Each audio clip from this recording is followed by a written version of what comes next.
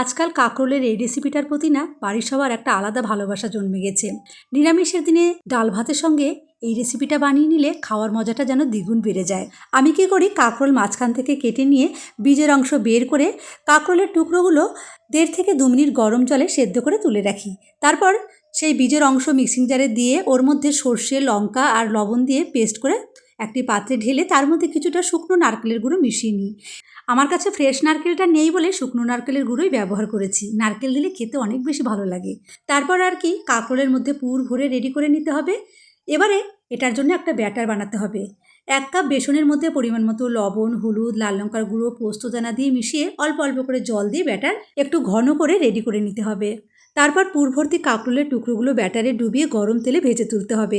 যে দিকটায় পুর দেওয়া হয়েছে সেই দিকটা নিচের দিকে রেখে তেলে ছাড়লে আর পুর বাইরে বেরিয়ে আসবে না। এই রেসিপি একবার খেলে বারবার কাঁকরোল এভাবেই রান্না করতে ইচ্ছে করবে।